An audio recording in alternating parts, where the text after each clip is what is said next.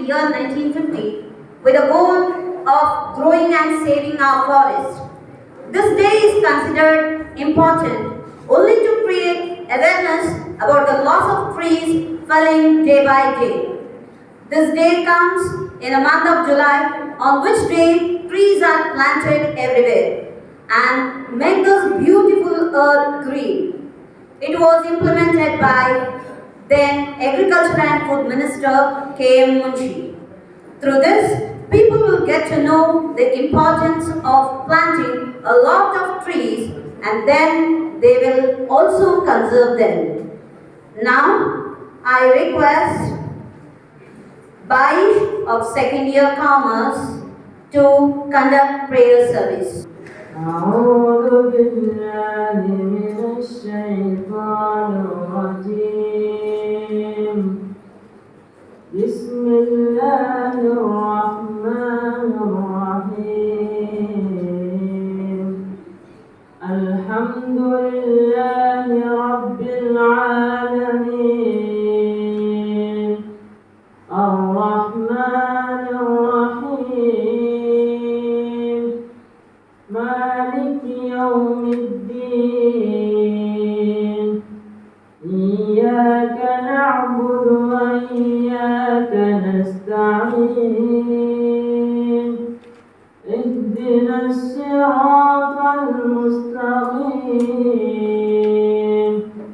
صراط الذين أنعمت عليهم غير المغضوب عليهم ولا الضالين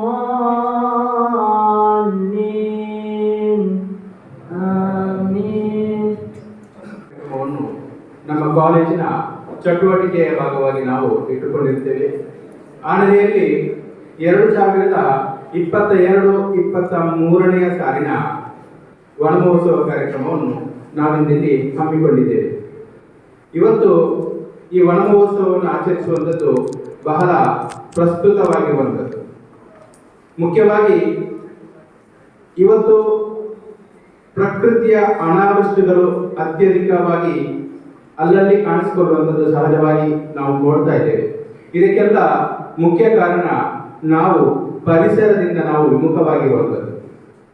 COVID-19 ಉಂಟು ಮಾಡಿರುವಂತಹ ಆಮ್ಲಜನಕದ ಕೊರತೆ ಸಮಸ್ಯೆ ಇರ್ಬೋದು, ಅಥವಾ ವಿಪರೀತ ಮಳೆಗಳು ಲ್ಯಾಂಡ್ ಸ್ಲೈಡಿಂಗ್ಗೆ ಕಾರಣ ಆಗಿರುವಂಥದ್ದು ಇರ್ಬೋದು.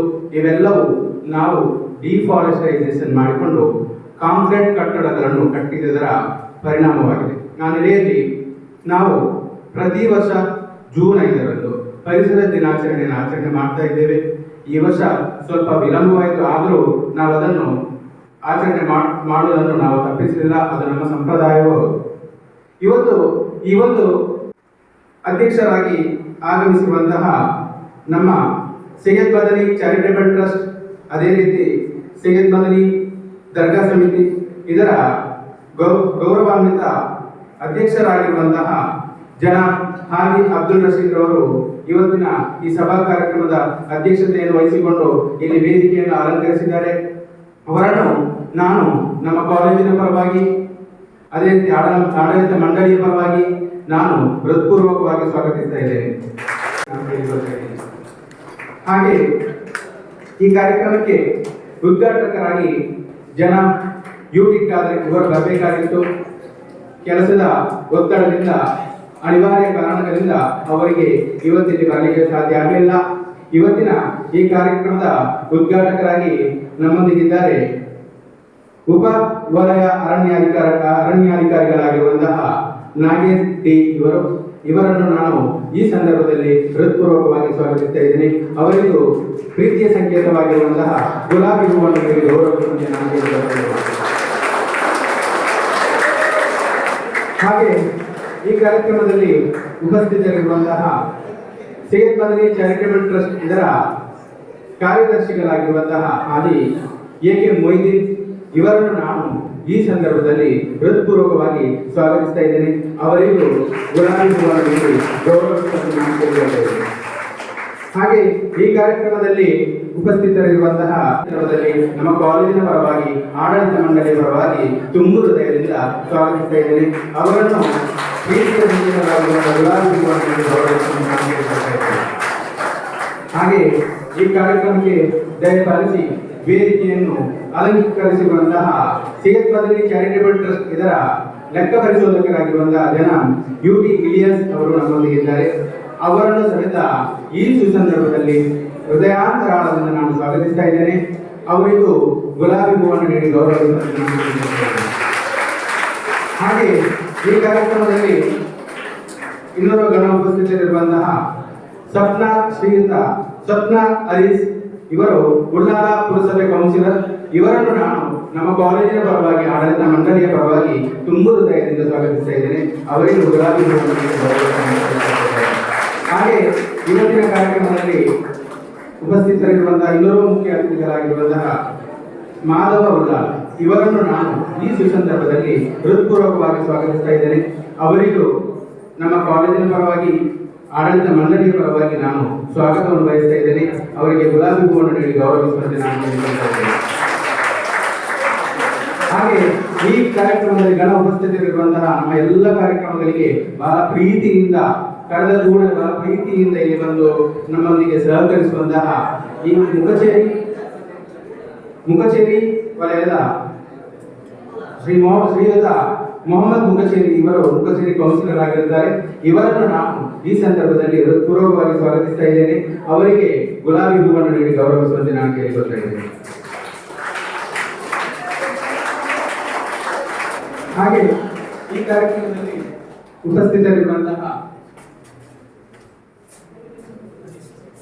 ಶ್ರೀಯುತ ಹರೀಶ್ ಅವರಿದ್ದಾರೆ. ಇವರನ್ನು ನಾನು ಈ ಸಂದರ್ಭದಲ್ಲಿ ಹೃತ್ಪೂರ್ವಕವಾಗಿ ಸ್ವಾಗತಿಸ್ತಾ ಇದ್ದೇನೆ. ಅವರಿಗೂ ಗುಲಾಬಿ ಹೂವನ್ನು ನೀಡಿ ಗೌರವಿಸುವಂತೆ ನಾನು ಕೇಳಿಕೊಳ್ತಾ ಇದ್ದೇನೆ. ಅದೇ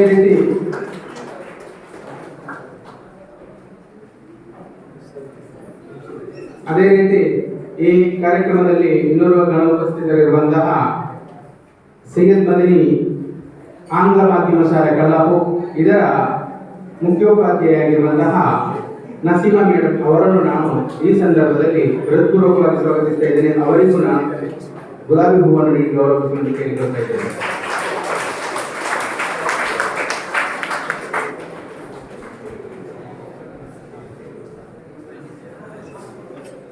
ಇವತ್ತಿನ ಈ ಕಾರ್ಯಕ್ರಮದಲ್ಲಿ ಇನ್ನೋರ್ವ ಗಣ ಉಪಸ್ಥಿತರಿರುವಂತಹ ಅರಣ್ಯ ಇಲಾಖೆಯ ಶ್ರೀಯುತ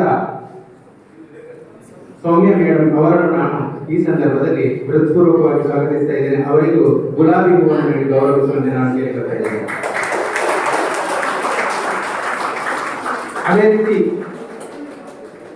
ಈ ಕಾರ್ಯಕ್ರಮಕ್ಕೆ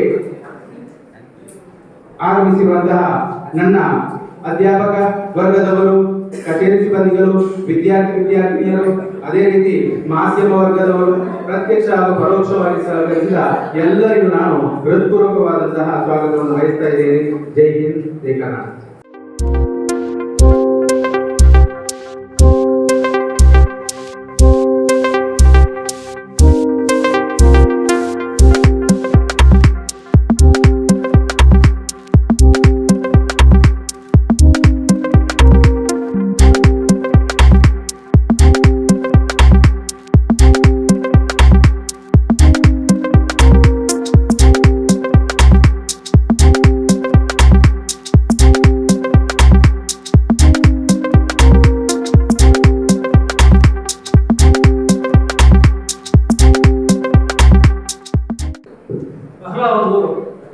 ಉತ್ತಮವಾದಂತಹ ಒಂದು ಅನುಭವ ನಮಗೆ. ಯಾಕಂದ್ರೆ ಹಸಿರೇ ಉಸಿರಾಗಬೇಕು. ಹಸಿರಿಲ್ಲದಿದ್ದರೆ ನಮಗೆ ಉಸಿರಾಡಲಿಕ್ಕೆ ಕಷ್ಟವಾಗುತ್ತದೆ. ನಾವು ಹೊರಬಿಡುವಂತಹ ಕೆಟ್ಟ ಶ್ವಾಸವನ್ನು ವಾತಾವರಣದಲ್ಲಿ ವಿಲೀನಗೊಳಿಸಿ ನಮಗೆ ಒಳ್ಳೆಯ ಗಾಳಿ ಮತ್ತು ಆಮ್ಲಜನಕ ನೀಡುವಂತಹ ಒಂದು ಪ್ರಕೃತಿ ನಿಯಮದಂತೆ ಕೆಲಸ ಮಾಡುತ್ತಿರುವಂಥದ್ದು ಮರಗಿಡಗಳು. ಶಾಲೆ ಕಲಿಯುವಾಗಲೇ ನಮಗೆಲ್ಲರಿಗೂ ಅಧ್ಯಾಪಕರು ನಮಗೆ ಗಿಡ ಒಳ್ಳೆಯ ಗಾಳಿ ಸಿಗ್ತದೆ, ಆಮ್ಲಜನಕ ಸಿಗ್ತದೆ ಎಂಬುದಾಗಿ ನಮಗೆಲ್ಲ ಹೇಳಿದಂಥ ಒಂದು ವಿಷಯ. ಆಮ್ಲಜನಕ ಇಲ್ಲದಿದ್ದರೆ ಏನಾಗ್ತದೆ ಅಂದರೆ ಅಲ್ಲಿ ಸಾರಜನಕ ಇರುತ್ತದೆ. ಅಲ್ಲಿ ಜನರು ಶ್ವಾಸ ಮಾಡಲಿಕ್ಕೆ ಕಷ್ಟ ಆಗಿ ಜನರು ಸಾಯುತ್ತಾರೆ. ಇದು ನಾವು ಹೆಚ್ಚಾಗಿ ತಲೆ ಕೆಡಿಸಿಕೊಳ್ಳುವುದಿಲ್ಲ.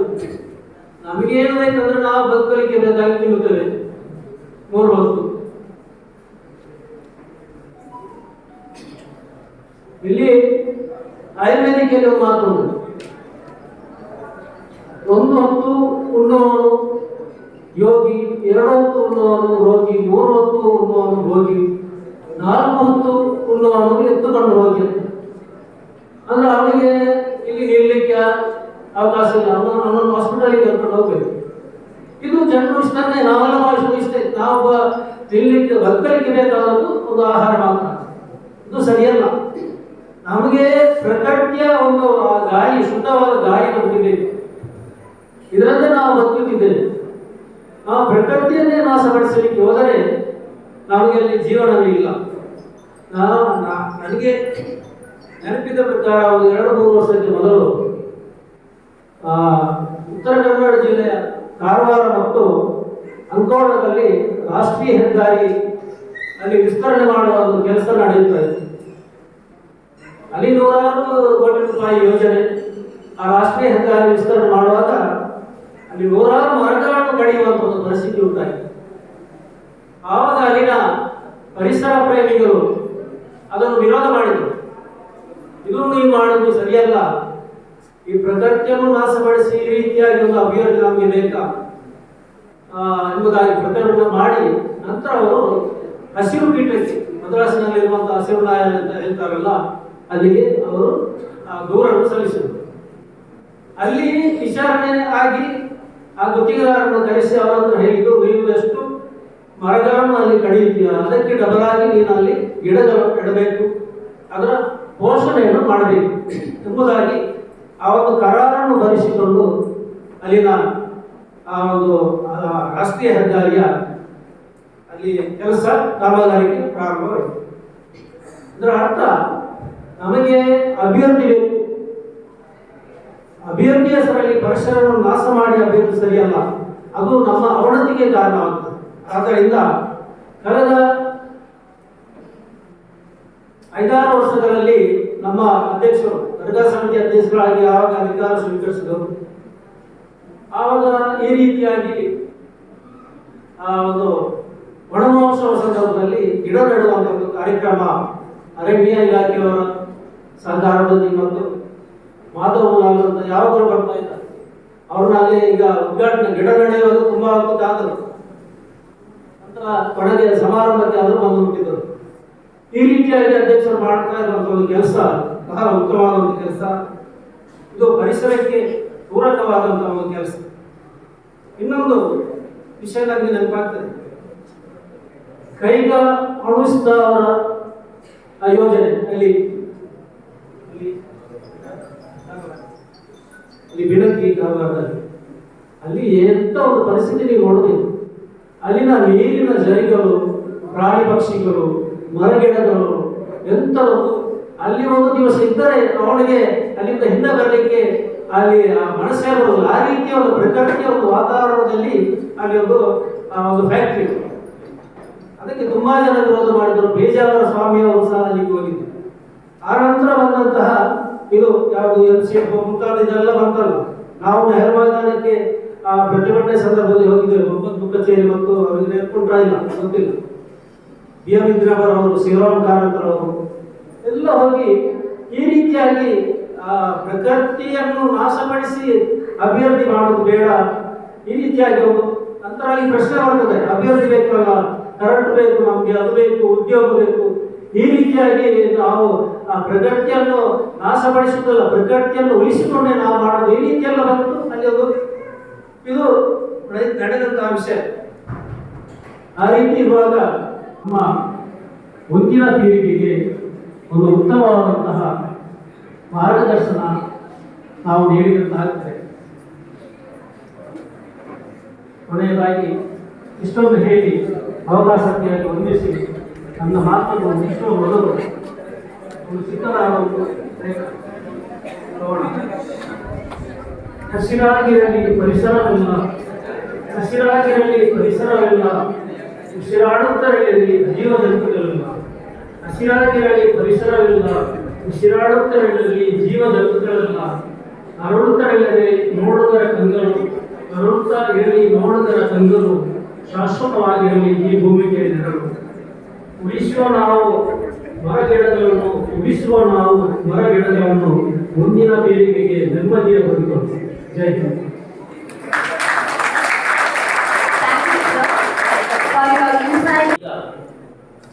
ಪ್ರತಿ ಊರಿನಲ್ಲೂ, ಪ್ರತಿ ಯುವಜನತೆಯಲ್ಲೂ, ಸಂಘ ಸಂಸ್ಥೆಗಳಲ್ಲೂ, ಶೈಕ್ಷಣಿಕ ಸಂಸ್ಥೆಗಳಲ್ಲೂ ಕೂಡ ಪರಿಸರ ಪ್ರಜ್ಞೆ ಬೆಳೆದಿದೆ. ಯಾಕೆಂದ್ರೆ ಇದು ಇವತ್ತು ಅನಿವಾರ್ಯವಾದಂತಹ ಪರಿಸ್ಥಿತಿಯನ್ನ ನಾವೇ ತಂದುಕೊಂಡಿದ್ದೇವೆ. ಒಂದು ಬೇಕಾಬಿಟ್ಟಿಯಾಗಿ ಒಂದು ಅರಣ್ಯನಾಶವನ್ನು ಮಾಡಿಕೊಂಡು ಇವತ್ತಿನ ಸ್ಥಿತಿಗೆ ನಾವೇ ಕಾರಣ ಆಗಿದ್ದೇವೆ. ಈಗ ಮೊನ್ನೆ ಕೌನ್ಸಿಲರ್ ಹೇಳಿದಾಗೆ ಕೊರೋನಾ ಅವಧಿಯಲ್ಲಿ ನಾವು ಇಡೀ ಜಗತ್ತು ಅನುಭವಿಸಿದ ಆಮ್ಲಜನಕದ ಕೊರತೆಗೆ ಯಾವುದೇ ದೇಶ ಆಗಲಿ, ಯಾವುದೇ ಕಾಯಿಲೆ ಆಗಲಿ ಕಾರಣ ಅಲ್ಲ, ನಾವೇ ಕಾರಣ. ಆಮ್ಲಜನಕ ಎಷ್ಟರ ಮಟ್ಟಿಗೆ ಕೊರತೆ ಆಗಿತ್ತು. ಇವತ್ತು ದುಡ್ಡು ಕೊಟ್ಟು ನಾವು ಬದುಕುವಂತಹ ಪರಿಸ್ಥಿತಿಯನ್ನು ನಾವೇ ತಂದುಕೊಂಡದ್ದು. ಆದ್ರಿಂದ ಈ ಭೂಮಿಯಲ್ಲಿ ಮತ್ತೆ ನಾವು ಹಸಿರೀಕರಣ ಮಾಡುವಂತಹ ಅನಿವಾರ್ಯತೆಯನ್ನು ನಾವೇ ತಂದುಕೊಂಡಿದ್ದೇವೆ. ಅದು ನಾವೇ ಮಾಡಿದ ಪಾಪದ ಫಲ ನಾವೇ ಅನುಭವಿಸಬೇಕು ಮತ್ತು ಅದನ್ನು ನಾವೇ ನಿವಾರಣೆ ಮಾಡಬೇಕು. ಈ ಭೂಮಿ ಮೇಲೆ 33% ಅರಣ್ಯ ಹಸಿರು ಇರಬೇಕು. ಅದು ಇದ್ರೆ ಮಾತ್ರ ಮನುಷ್ಯನಿಗೆ ಜೀವಜಾಲಕ್ಕೆ ಬದುಕುವಂತ ಸಾಧ್ಯತೆಗಳಿವೆ. ಆದ್ರೆ ಇವತ್ತು ಇಲ್ಲ. 20% ನಾವು ಘೋಷಿಸಿಕೊಂಡ್ರು ಅಷ್ಟು ಕೂಡ ನಮ್ಮ ಹತ್ರ ಹಸಿರೀಕರಣ ಇಲ್ಲ. ಆದ್ರೆ ಮತ್ತೆ ನಾವು 33%ಗೆ ಹೋಗುವಂತ, 33ಕ್ಕಿಂತ ಜಾಸ್ತಿ ಹೋಗುವಂತ ಅನಿವಾರ್ಯತೆ ನಮಗಿದೆ. ಅದನ್ನು ನಾವು ಸಾಧಿಸಲೇಬೇಕು. ಈಗಿನ ಪ್ರತಿಯೊಬ್ಬರ ಮನಸ್ಸಲ್ಲಿ ಕೂಡ ಅದು ಬರಲೇಬೇಕು.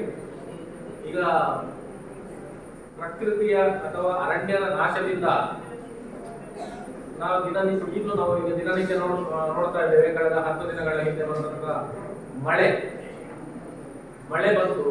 ಆದ್ರೆ ಹೇಗೆ ಮಳೆ ಬಂತು?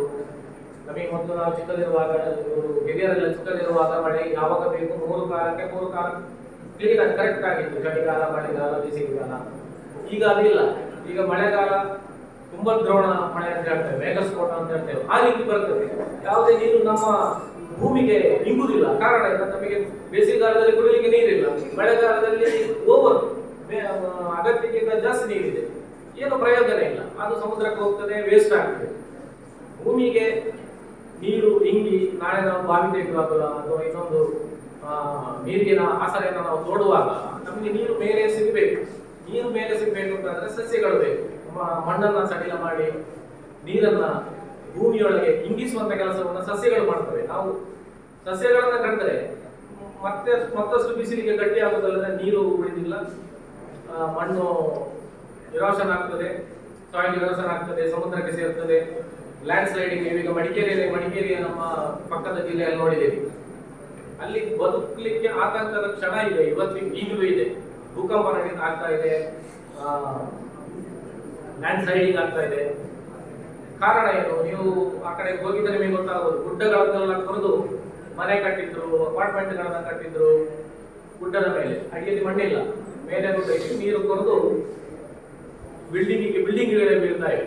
ಅಲ್ಲಿ ಈಗ ವಾಸ ಮಾಡ್ಲಿಕ್ಕೆ ಕಷ್ಟದ ಪರಿಸ್ಥಿತಿ ಅವರಿಗಿದೆ. ಇನ್ನು ನಾವು ಅನಿವಾರ್ಯವಾಗಿ ನಾವೇನು ಸಸ್ಯಗಳನ್ನು ಯಾಕೆ ಮಾಡಬೇಕು ಅಂತಂದ್ರೆ, ಪ್ರತಿಯೊಬ್ಬರಿಗೂ ಈಗ ಒಂದೊಂದು ಕಾಯಿಲೆಗಳಿದ್ದೇವೆ. ಇಂಗ್ಲಿಷ್ ಮದ್ದನ್ನ, ಅಲೋಪತಿ ಔಷಧಿಯನ್ನ ಯಾವಾಗ ನಾವು ನಂಬಿಕೊಂಡಿರ್ಲಿಕ್ಕೆ ಆಗುದಿಲ್ಲ. ನಮ್ಮ ಭೂಮಿ ಮೇಲೆ ಇರುವಂತಹ ಪ್ರತಿ ಸಸ್ಯವು ಆಹಾರ ಅಥವಾ ಔಷಧ. ಪ್ರತಿ ಸಸ್ಯವು, ಯಾವುದೇ ಸಸ್ಯವನ್ನು ಬಿಡುವ ಪ್ರಶ್ನೆ ಇಲ್ಲ. ಯಾಕಂದ್ರೆ ದೇವರು ಅಂತಹ ಒಂದು ಸಮೃದ್ಧವಾದಂತಹ ಹಸಿರನ್ನು ನಮಗೆ ಕೊಟ್ಟಿದ್ದಾರೆ. ಒಂದು ನೀವು ನೋಡಿ, ಅದು ಆಹಾರ ಆಗಿರ್ತದೆ ಹಸಿರು, ಅಥವಾ ಅದು ಔಷಧಿ ಆಗಿರ್ತದೆ. ಆದರೆ ಯಾವುದೇ ಸಸ್ಯವನ್ನು ನೀವು ನಾಶ ಮಾಡುವಂತ ಮನಸ್ಸು ಮಾಡಬಾರ್ದು, ಮತ್ತೆ ಅದನ್ನು ಬೆಳೆಸುವಂತ ಮನಸ್ಸು ಮಾಡಬೇಕು. ಈ ಶಿಕ್ಷಣ ಸಂಸ್ಥೆ ಇಲ್ಲಿ ಹಮ್ಮಿಕೊಂಡಂಥದ್ದು ಬಹುದೊಡ್ಡ ಉದಾತ್ತವಾದ ಒಂದು ಕಾರ್ಯಕ್ರಮ. ನಾವು ಇದನ್ನು ತಮಾಷೆಯಾಗಿ ಯಾರು ಕೂಡ ವಿದ್ಯಾರ್ಥಿಗಳು ತಗೊಳ್ಬಾರ್ದು. ಇದೊಂದು ಕೇವಲ ಫೋಟೋಕ್ಕಾಗಿ ಮಾಡಿದಂತ ಖಂಡಿತ ಇದು ಕಾರ್ಯಕ್ರಮ ಅಲ್ಲ. ನೀವು ಒಂದೊಂದು ಗಿಡಗಳನ್ನು ನಟ್ಟಿದ್ದೀರಿ, ಆ ಗಿಡಗಳ ಜವಾಬ್ದಾರಿ ನಿಮಗೆ ಇದೆ. ನೀವಿನ್ನು 10 ವರ್ಷ 20 ವರ್ಷ ಬಿಟ್ಟು ಬಂದಾಗ ಇದು ನಾನು ನಟ ಫಲ ಕೊಟ್ಟಿದೆ, ನೆರಳು ಕೊಟ್ಟಿದೆ ಅಂತ ಹೆಮ್ಮೆ, ಖುಷಿ ನಿಮಗಿರ್ತದೆ. ಬೇಕಾದ್ರೆ ನೋಡಿ. ಇನ್ನೊಂದು ವಿಚಾರ, ಹತ್ತಿರದಲ್ಲಿ ನಟ್ಟಿದ್ದಾರೆ, ಒಂದು ಸಣ್ಣ ಒಂದು ಪಾರ್ಕಿನ ಟೈಪ್ ಆಗ್ತದೆ. ಈಗ ನೀವು ಈ ಕ್ಲಾಸ್ ರೂಮ್ ಒಳಗೆ ಕಲಿಯುವುದಕ್ಕಿಂತಲೂ ನೀವು ಅದರ ಬುಡದಲ್ಲಿ ಹೋಗಿ ಓದಿ ನಿಮಗೆ 50% ಬೇಗ ನಿಮ್ಮ ಮನಸ್ಸಿಗೆ ನಾಟುವಂತ ಒಂದು ಗುಣ ಮರದ ನೆರಳಿಗಿದೆ. ನೀವು ನೋಡಬೇಕಾದ್ರೆ ನಾವು ಈ ಬಿಲ್ಡಿಂಗ್ ನ ಅಡಿಯಲ್ಲಿ ಕುಳಿತು ಅನುಭವಿಸುವ ನೆರಳಿಗಿಂತ ಹೊರಗೆ ಸಿಗುವ ನೆರಳಿಗೆ ಎಷ್ಟು ತಂಪಿದೆ, ಎಷ್ಟು ವ್ಯತ್ಯಾಸ ಇದೆ ಅಂತ ನೀವೇ ನೋಡ್ಕೊಳ್ಳಿ. ಅದರಿಂದಾಗಿ ನಾವು ಹಸಿರನ್ನ ಮತ್ತೆ ಈ ಭೂಮಿ ಮೇಲೆ ನೆಲೆ ನಿಲ್ಲುವಾಗಿ ಮಾಡಬೇಕನ್ನೋ ಅನಿವಾರ್ಯ ಅಂತ ಹೇಳ್ತಾ ಈ ಸಮಾರಂಭದಲ್ಲಿ ಭಾಗವಹಿಸಲಿಕ್ಕೆ ಅವಕಾಶ ಮಾಡಿಕೊಟ್ಟಂತ ಎಲ್ಲ ಹಿರಿಯರಿಗೆ, ವಿದ್ಯಾರ್ಥಿಗಳಿಗೆ, ಈ ಶಿಕ್ಷಣ ಸಂಸ್ಥೆಗೆ ಧನ್ಯವಾದಗಳನ್ನ ಹೇಳ್ತಾ ನಾನು ಮಾತನ್ನು ಮುಗಿಸ್ತೇನೆ. ನಾವು ಪ್ರತಿ ವರ್ಷ ಕೂಡ ಗಿಡ ನೆಡ್ತೇವೆ. ಆದರೆ ಇಡೀ ಭಾರತದಲ್ಲಿ ಸಾಧಾರಣ ಒಂದು 20 ವರ್ಷದಲ್ಲಿ ನೆಟ್ಟ ಗಿಡಗಳನ್ನು ನೋಡಿದ್ರೆ ಇವತ್ತು ಗಿಡಗಳ ಮಧ್ಯೆ ದೂರಿಕೊಂಡು ಹೋಗ್ಬೇಕಿತ್ತು. ನಾವು ಕೋಟ್ಯಾಂತರ ಗಿಡಗಳನ್ನು ನೆಟ್ಟಾಗಿದೆ. ನಾವು ಅದರಲ್ಲಿ ಮಾತಾಡಿ, ನಾವು ಗಿಡಗಳ ಜೊತೆ ಮಾತಾಡಬೇಕಿದ್ರೆ ಮಾತ್ರ ನಾವು ಇವತ್ತು ನೆಟ್ಟ ಗಿಡ ಮುಂದಿನ ಪೀಳಿಗೆಗೆ, ಭವಿಷ್ಯಕ್ಕೆ ಹೆಮ್ಮರವಾಗಿ ನಮಗೆ ಸಿಗತ್ತೆ. ಮೊನ್ನೆ ನಮ್ಮ ಕಾವೂರು ಕಾಲೇಜಿನ ವಿದ್ಯಾರ್ಥಿಗಳ ಸಂವಾದ ಕಾರ್ಯಕ್ರಮ ಇತ್ತು. ನನ್ನೆಲ್ಲ ಮಾತುಗಳನ್ನು ಕೇಳಿ ಆದ್ಮೇಲೆ ಎಲ್ಲ ವಿದ್ಯಾರ್ಥಿಗಳು ನನ್ನ ಜೊತೆ ಬಂದ್ರೆ, ಸರ್ ಸರ್ ಸರ್ ಏನು ನಾವು ನೀವು ಹೇಳಿದಾಗೆ ಮಾಡ್ತೇವೆ, ಏನು ನಾವು ಇವತ್ತು ನೆಟ್ಟ ಗಿಡವನ್ನ ಕನಿಷ್ಠ 3 ವರ್ಷ ನಾವು ನೋಡಿಕೊಳ್ತೇವೆ. ಬಹಳ ಒಂದು ಉತ್ತಮ ಉದಾಹರಣೆ. ನಾವು ಘಟಕದ ಸಮಿತಿಯ ಜೊತೆ ಉಲ್ಲಾರ ಬೈಲಲ್ಲಿ ಒಂದು ಸಾಲು ಮರವನ್ನು ನಿರ್ಮಾಣ ಮಾಡಿದ್ದೇವೆ. ಇವತ್ತು ಆ ಸಾಲು ಮರವನ್ನು ನೀವು ಎಲ್ಲಿಯಾದ್ರೂ ನೋಡಿದ್ದೀರಾ? ವಿದ್ಯಾರ್ಥಿಗಳು ಯಾರಾದ್ರೂ ಆ ಕಡೆಯಿಂದ ಬರುವಾಗ ಇಲ್ಲಿಂದ ಹೋಗುವಾಗ ಲೆಫ್ಟ್ ಸೈಡ್ ಎಡ ಬದಿಯಲ್ಲಿ ತುಂಬಾ ಚಂದವಾಗಿ ಬಂದಿದೆ. ನಮಗೆ ಅರಣ್ಯ ಇಲಾಖೆ ಮತ್ತು ಘಟಕ ಸಮಿತಿಯವರು ನಮಗೆ ತುಂಬಾ ಸಪೋರ್ಟ್ ಮಾಡಿದ್ದಾರೆ. ನಾನು 2 ಇಲಾಖೆಗಳಿಗೆ ಕೂಡ 2 ಸಂಸ್ಥೆಗಳಿಗೆ ಕೂಡ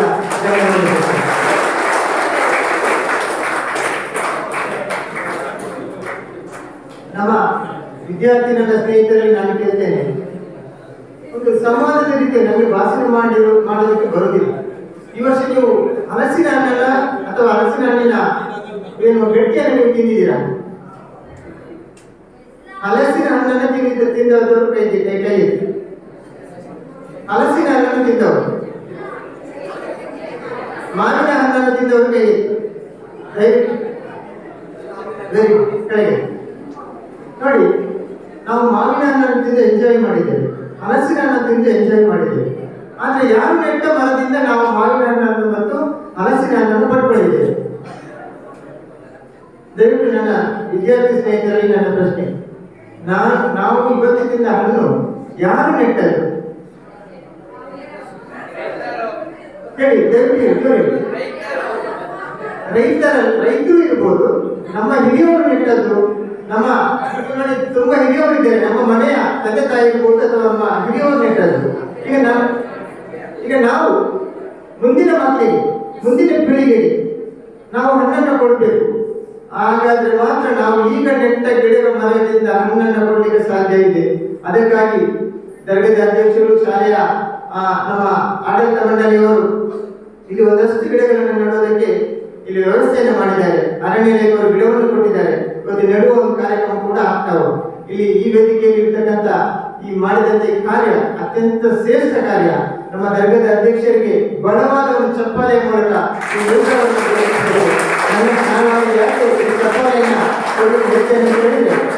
ಅವರ ಅಧ್ಯಕ್ಷರಾದ ನಂತರ 100 ಮರಗಳು ಉಳ್ಳಾಳದಲ್ಲಿ ಬೆಳೆದು ನಿಂತಿದೆ. ಅವರು ಅದಕ್ಕೆ ಕಾರಣರಾಗಿದ್ದಾರೆ. ನಾನು ಅದಕ್ಕೆ ಅವರನ್ನು ಗೌರವಿಸ್ತೇನೆ.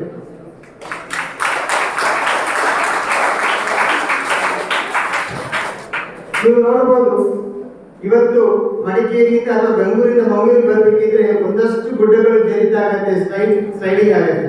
ಯಾಕಾಗಿ ಆಗುತ್ತೆ? ನಮ್ಮ ಪೂರ್ವಜರು ಸಂರಕ್ಷಣೆ ಮಾಡಿಕೊಟ್ಟು ಬಂದಂತ ಆ ಗುಡ್ಡ ಬೆಟ್ಟಗಳು ಏನಿದೆ, ಇವತ್ತು ಎಲ್ಲ ಕಾಡುಗಳು ನಾಶ ಆಗಿ ಅದರ ಹಿಡಿತ ಸಡಿಲಗೊಂಡು ಈ ಬೆಟ್ಟಗಳು ಮಾರ್ಗಕ್ಕೆ ಉಳಿಯುತ್ತಾರೆ. ನಮ್ಗೆ ಗೊತ್ತಿದೆ ಇವತ್ತು ಪಶ್ಚಿಮ ಘಟ್ಟ ಏನಾಗಿದೆ, ಪಶ್ಚಿಮ ಘಟ್ಟದ ಒಳಗಡೆ ಏನಾಗ್ತಾ ಇದೆ. ಪಶ್ಚಿಮ ಘಟ್ಟದ ಇಡೀ 6 ರಾಜ್ಯಗಳಲ್ಲಿ ಹರಡಿಕೊಂಡಿರತಕ್ಕಂಥ ಈ ಪಶ್ಚಿಮ ಘಟ್ಟದ ಒಂದು ಬೃಹತ್ ಬೆಟ್ಟಗಳ ಮರಗಳು ಇವತ್ತು ನಾಶ ಆಗ್ತಾ ಇದೆ. ಇದನ್ನು ಉಳಿಸಬೇಕಾಗಿದೆ. ನಾವೆಲ್ಲರೂ ಅದಕ್ಕೆ ಕಟಿಬದ್ಧರಾಗಬೇಕಂದ್ರೆ ನಾವು ಇವತ್ತೇ ನಮ್ಮ ಮನೆಯಲ್ಲಿ ನಾವು ಕಲಿಯುವಂಥ ಶಾಲೆ ಒಂದೊಂದು ಗಿಡವನ್ನು ನೆಟ್ಟು ನಾವು ಪ್ರಕೃತಿಯ ಸಂರಕ್ಷಣೆ ಮಾಡಬೇಕಾಗಿದೆ, ಪ್ರಕೃತಿಯನ್ನು ಉಳಿಸಬೇಕಾಗಿದೆ, ಪ್ರಕೃತಿಯನ್ನು ಪ್ರೀತಿಸಬೇಕಾಗಿದೆ. ಪ್ರಕೃತಿಯಲ್ಲಿ ಇರತಕ್ಕಂಥ ಪ್ರಾಣಿ ಪಕ್ಷಿ ಏನು ನಾವು ಪತಂಗಗಳಿವೆ ಅದನ್ನೆಲ್ಲ ನಾವು ಉಳಿಸಬೇಕಾಗಿದೆ. ಆ ನಿಟ್ಟಿನಲ್ಲಿ ನಾವು ಈ ಶಿಕ್ಷಣ ಸಂಸ್ಥೆ ಇವತ್ತು ಬಹಳ ಒಳ್ಳೆಯ ಕಾರ್ಯವನ್ನು ಮಾಡ್ತಾ ಇದೆ. ಅದಕ್ಕಾಗಿ ನಾವು ಈ ಶಿಕ್ಷಣ ಸಂಸ್ಥೆ ಎಲ್ಲ ಆಡಳಿತ ಮಂಡಳಿಗೆ ಧನ್ಯವಾದಗಳನ್ನು ಹೇಳುತ್ತಾ ಈ ಕಾರ್ಯಕ್ರಮಕ್ಕಾಗಿ ನಾನು ತುಂಬಾ ಪ್ರೀತಿಯಿಂದ ಮಾಧವ್ ಇವರು ಖ್ಯಾತ ಪರಿಸರವಾದಿಗಳು. ಉಲ್ಲಾರವನ್ನು ಹಸಿರಾಗಿಸುವಲ್ಲಿ ಮಹತ್ವದ ಪಾತ್ರವನ್ನು ವಹಿಸಿದವರು ಮಾಧವ ಉಲ್ಲಾರವರು. ಹಸಿರಿಗೆ ಬೇಕಾಗಿ ಮಿಡಿ ಬಂಗಾರದ ಮಾಧವ ಉಲ್ಲಾರವರು. ನಮ್ಮ ಈ ಕಾರ್ಯಕ್ರಮಕ್ಕೂ ಸಮೇತ ಅವರಿಗೆ ಬಿಸಿ ಶೆಡ್ಯೂಲ್ನೊಂದಿಗೆ ಇವತ್ತು ಅವರಿಗೆ ಗುರುತಿಸಲಿಲ್ಲ, ಆದರೆ ಬಿಡಿ ಶೆಡ್ಯೂಲ್ನೊಂದಿಗೆ ಬಂದಿದ್ದಾರೆ ಅಂತ ಹೇಳಿದ್ರೆ ಹಸಿರಿನ ಬಗ್ಗೆ ಅವರಿಗಿರುವಂತಹ ಕಾಳಜಿಯನ್ನು ನಾವು ಸನ್ಮಾನಿಸ್ತಾ ಇದ್ದೇವೆ.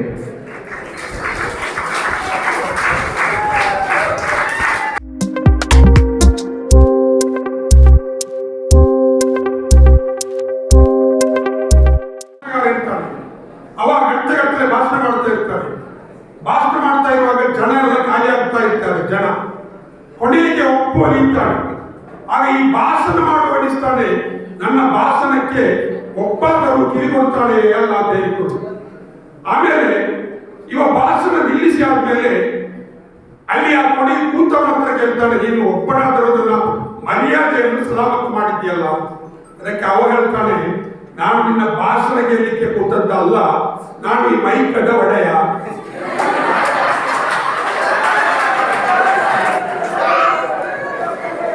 ಈಗಾಗಲೇ ಇಡೀ ಜಗತ್ತಿನಲ್ಲಿ 21ನೆಯ ಉರುಸನ್ನು ಬಹಳಷ್ಟು ಯಶಸ್ವಿಯಾಗಿ ನಿರ್ವಹಿಸಿ ಅದರ ಮುಖ್ಯ ರೂವಾರಿಯು ಪಾತ್ರಧಾರಿಯೂ ಆಗಿರತಕ್ಕಂತಹ ಈ ಮದನಿ ಶಿಕ್ಷಣ ಸಂಸ್ಥೆಗಳ ಅಧ್ಯಕ್ಷರು ಉಲ್ಲಾಲ ಮಂಡಲ ಪಂಚಾಯತ್ ಇರುವಾಗ ಆ ಮಂಡಲ ಪಂಚಾಯತ್ನಲ್ಲಿ ಪ್ರಪ್ರಥಮ ಪ್ರಧಾನರು ಆಗಿರತಕ್ಕಂತಹ ಅಬ್ದುಲ್ ರಶೀದ್ ಸಾಹೇಬ್ರೆ.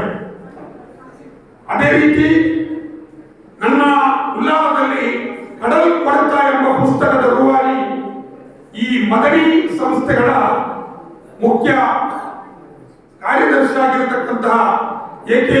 ಮೊಹಿದ್ದೀನ್ ಸಾಹೇಬ್ರೆ. ಅದೇ ರೀತಿ ನಮ್ಮ ಮದನಿ ಸಂಸ್ಥೆಗಳ ಶಾಲಾ ಕಾಲೇಜಿನ ಸಂಚಾಲಕರಾದಂತಹ ಇಬ್ರಾಹಿಂ ಅವರೇ, ವಲಯ ಅರಣ್ಯ ಅಧಿಕಾರಿಗಳೇ, ಸೌಮ್ಯ ಮೇಡಮ್ ಅವರೇ, ಸ್ವಪ್ನ ಮೇಡಮ್ ಅವರೇ, ಅರಣ್ಯ ಅಧಿಕಾರಿಗಳೇ, ಮತ್ತೆ ಪ್ರಿನ್ಸಿಪಾಲ್ ಆದಂತಹ ರಹಿಮಾ ಸಾಹೇಬ್ರೆ,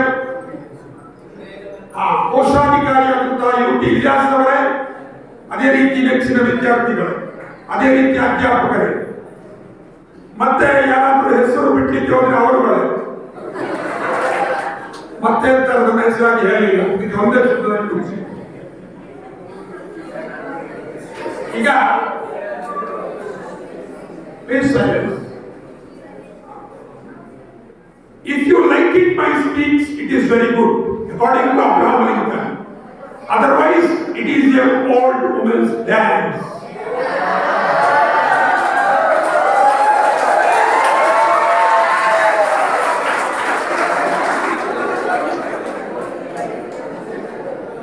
ಈ ಮನುಷ್ಯ ಪ್ಲೀಸ್ ಸೈಲೆನ್ಸ್ ಪ್ಲೀಸ್ ಒಂದೊಂದಿಗೆ ಹೋಗೋಣ.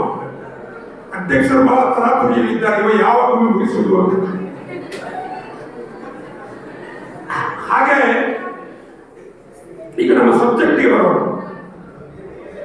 ಮನುಷ್ಯ ಜೀವನದಲ್ಲಿ ಪ್ರಕೃತಿ ಸಸ್ಯ ವರ್ಗ ಇದು ಇವತ್ತಿನಿಂದ ಅಲ್ಲ, ಆದಿಕಾಲದಿಂದಲೂ ಮರಗಳು ವೃಕ್ಷಗಳು ಇದರೊಟ್ಟಿಗೆ ನಮ್ಮ ಸಂಬಂಧ. ಅದೇ ರೀತಿ ಕಾಡುಗಳು, ನೀವು ಕೇಳಿರಬಹುದು ಕಾಡುಗಲ್ಲ ವೀರಪ್ಪನ್.